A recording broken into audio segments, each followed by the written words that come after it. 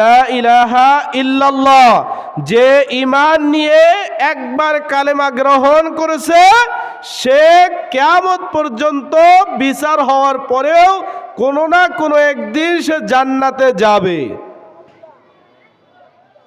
যে ঈমান নিয়ে ক্বালা লা ইলাহা ইল্লাল্লাহ, ঈমান নিয়ে সে কালেমা গ্রহণ করছে এবং ঈমান আছে, কিন্তু দুনিয়ার মধ্যে গুনাহ করছে, দুনিয়ার মধ্যে কি করছে?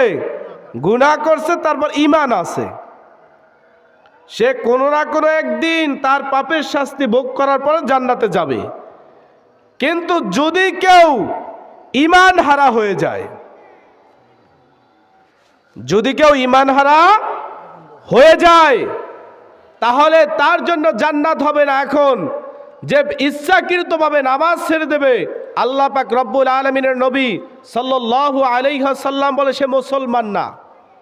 তাহলে সে মুসলমান না হলে কি হবে? কাফের। এতে কোনো কি সন্দেহ করে আছে? যদি আল্লাহ রাসূল বলে মুসলমান না, স্পষ্ট হাদিসের ভাষা যে ইচ্ছাকৃতভাবে আমার আল্লাহর হুকুমকে ত্যাগ করেছে, ইচ্ছাকৃতভাবে, তাহলে সে কি মুসলমান না? সে কাফের। আর কাফের কোনোদিন জান্নাতে যেতে পারবে? এখন ভাইরা আমার আসি, আমরা মুসলমানের ঘরে জন্ম নিয়েছি, ঠিক না? আমার বাবা ছিল মুসলমান, আমার দাদা ছিল মুসলমান, আমি বংশ পরিচয় মুসলমান, কিন্তু ফজরের নামাজে উঠি না। এখন ফজরের নামাজ পড়ি না, অনেকে তোহমাত দিবে যে ফজরের নামাজ আমি হুজুর উঠতে পারি না। ভাই, জোহরের নামাজে কি ছিল? জোহরের নামাজে তোমাকে কে ধরছিল? তার মানে তুমি ইচ্ছাকৃতভাবে পড়ো নাই, ঠিক না?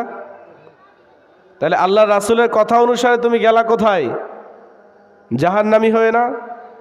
এরপর আসেন, আল্লাহ রাসূল সাল্লাল্লাহু আলাইহি ওয়াসাল্লাম এই হাদিসেরই লাস্টের বলেছে, যদি করে এক বান্দা নামাজকে ত্যাগ করেছে কিন্তু ইচ্ছাকৃতভাবে না, কায়জা করে নিয়েছে। আবার কায়জা করা মানে কি? আল্লাহর ভয় তার অন্তরের ভিতরে আছে, আছে কি আছে না? কায়জা করার মানে কি? আল্লাহর ভয় তার অন্তরের ভিতরে আছে।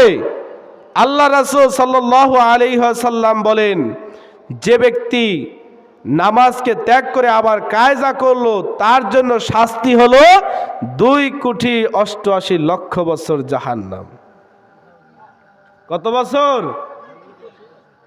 আর একটু জোরে বলেন, কত বছর?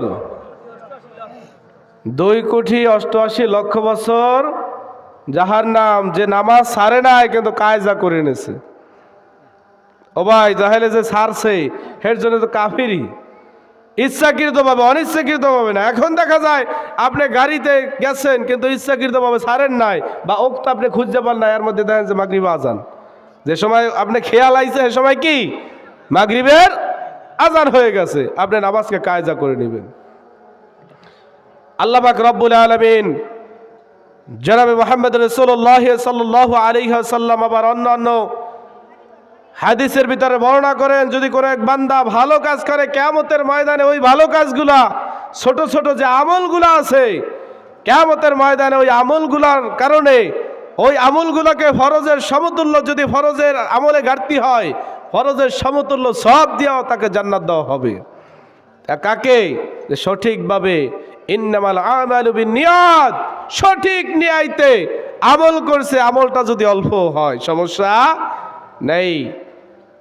এই জন্য আমরা ইন্নামাল আমালু বিন্নিয়াত, আমরা আমল কম করব কিন্তু আমলের ভিতরে কোনো ত্রুটি থাকবে না, কোনো ত্রুটি থাকতে পারবে না। আমরা আমল করব, অল্প করব, কিন্তু ওই আমলের ভিতরে কোনো ঘাটতি দিব না। ভাইরা আমার, একটা জিনিস মনে রাখবেন, যে দুনিয়ার মধ্যে আমরা চিরদিন থাকতে পারবো না। পারবো ভাই? জোরে বলেন, চিরদিন থাকতে পারবো? আমাদের কবর পথে চলে যেতে হবে না?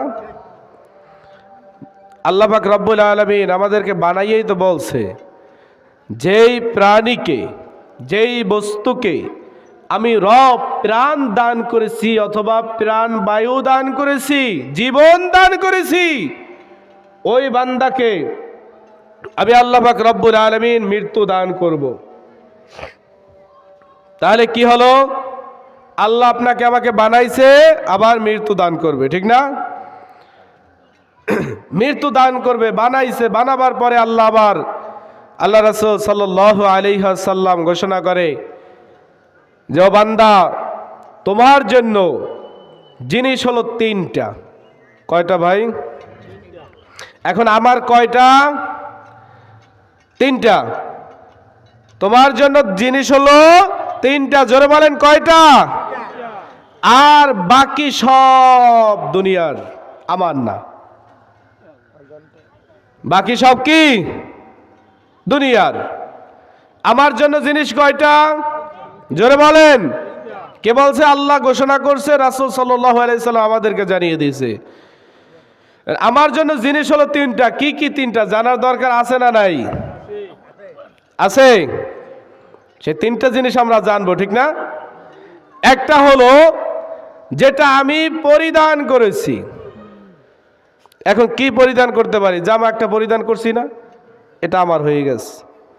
যেটা আমি টেইলার্সকে বানাইতে বলছি কিন্তু আনি নাই, পরিধান করি নাই, ওটা আমার না। ওটা কার না? জোরে বলে না, ওটা কার না?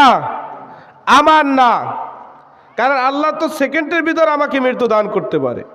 যেটা পরিধান করেছি, আল্লাহ রাসূল বলেছে যেটা পরিধান করেছি সেটা আমার, আর যেটা বানাইতে দিয়েছি সেটা আমার জন্য না। কথা কি বুঝে আসছে? দ্বিতীয়টা, যেটা আপনি খেয়েছেন সেটা আপনার। যেটা আপনি খেয়েছেন সেটা আপনার।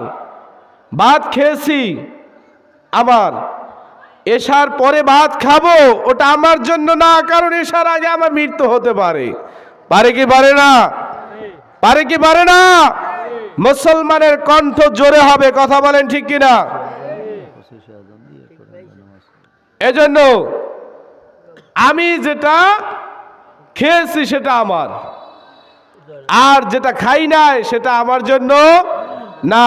দেখেন কিছুদিন আগে একজন বক্তা এইভাবে ওয়াজ করতেছে, আস্তে ঢোলে জায়গায় মৃত্যুবরণ করছে।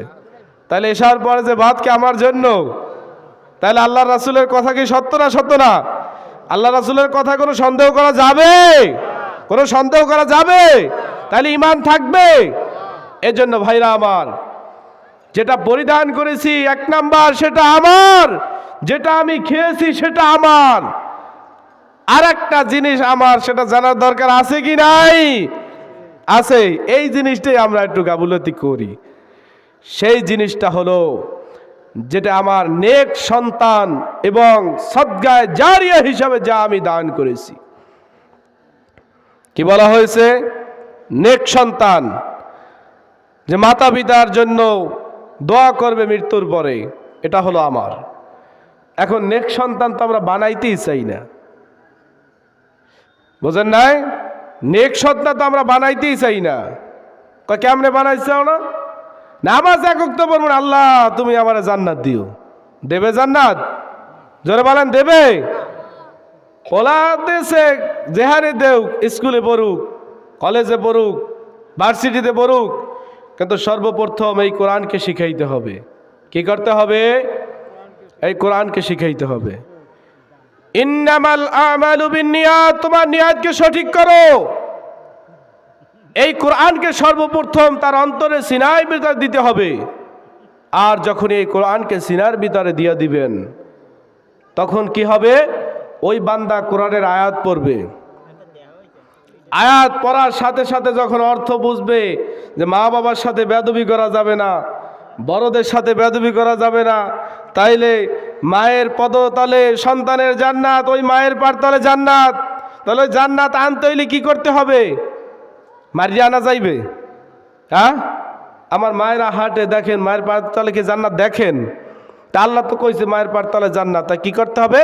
এর কথার অর্থ হলো মায়ের পারতলে তো আর জান্নাত দৌড়ায় না, দৌড়ায়। এ কথার অর্থ হলো মাকে কদর করতে হবে, ভালোবাসতে হবে, শ্রদ্ধা করতে হবে, সম্মান জানাইতে হবে। এই সম্মান জানাবার পরই আমার রব আল্লাহ পাক রব্বুল আলামিন আপনার জন্য ঘোষণা করে দিবে হুদাল্লিল মুত্তাকিন। জোরে বলেন সুবহানাল্লাহ। তখন আপনার জন্য হবে, আল্লাহ নিজে ঘোষণা করবে, ও বান্দা তুমি তো মুত্তাকি হয়ে গেছো। আমি আল্লাহ ঘোষণা করলাম তুমি তো মুত্তাকি হয়ে গেছো, তুমি মায়ের এত সুন্দর ভালোবাসছো, এত সুন্দর খেদমত করছো, তুমি মুত্তাকি। এবার তুমি যাও, তোমার রাস্তা হলো জান্নাত। কোথায়? এজন্য মা বাবাকে সম্মান দিতে হবে। কথা বলেন ঠিক কিনা? যারা মা বাবাকে ভালোবাসে না, যারা মা বাবার সাথে অবহেলিত করে, ও মুসলমান ভালো করে শুনে রাখো রে ভাই, তুমি আমার বড় হতে পারো, ছোট হতে পারো, আমি জানি না, তবে আমি একটা কথা এই মাজলিসের ভিতরে বলে যাই, তোমার পরিণাম ফল হবে ওই মা জীবিত থাকা অবস্থায় হতে পারে, মৃত্যু হওয়ার অবস্থা হতে পারে, এমনকি তোমার মৃত্যুর আগে হলেও তোমার দুনিয়াটা এমন কষ্টের হবে যেটা তুমি অনুভব করবে দুনিয়াতেই তুমি জাহান্নামের ভিতরে আছো। এমন কষ্টে তোমার দিনটা কাটবে। কথা বলেন ঠিক কিনা? এজন্য ভাইরা আমার, আমি ওই সকল ভাইদেরকে অনুরোধ করব, মা বাবাকে সম্মান জানাইতে হবে। 3 নাম্বার জিনিস যে বললাম, যে সন্তানকে এই পবিত্র কোরআন অন্তরের ভিতরে দিতে হবে, ঠিক না? এইখানে আমরা ভুল করি, যার কারণে মা বাবার কদর আমরা করতে পারি না। এবং নেক সন্তান আর হলো সদগায়ে জারিয়া, যেটা আমি দান করেছি, ব্রিজ করেছি, রাস্তা করেছি, কালভার্ট করেছি, মাহফিলে দান করেছি, এটা হলো সদগায়ে জারিয়া, এটা হলো আপনার কবরে যাবে। তাহলে 1 নাম্বার যেটা পরিধান করেছি, 2 নাম্বার যেটা খেয়েছি, এই শেষ। এবং 3 নাম্বার হলো নেক সন্তান আর হলো সদগায়ে জারিয়া, যেটা দান করেছি, ব্রিজ, কালভার্ট এবং বিভিন্ন পদে যেগুলো আল্লাহর রাস্তায় দান করেছি বিনা স্বার্থে, আমার কোনো স্বার্থ নাই, আমার স্বার্থ খালি সওয়াব, এই স্বার্থে যারা দান করেছে, ওই যে ইন্নামাল আমালু বিন্নিয়াত, নিয়াতকে পরিশুদ্ধ করে এইভাবে যারা করতে পারবেন, আল্লাহ পাক রব্বুল আলামিন তাকে কিয়ামতের ময়দানে যা যা দান করবে সেটা হলো জান্নাত। মহান রব যতটুকু বললাম, যতটুকু শুনলাম, এর উপরে আমল করার তৌফিক এনায়েত করে সকলে বলি আমিন।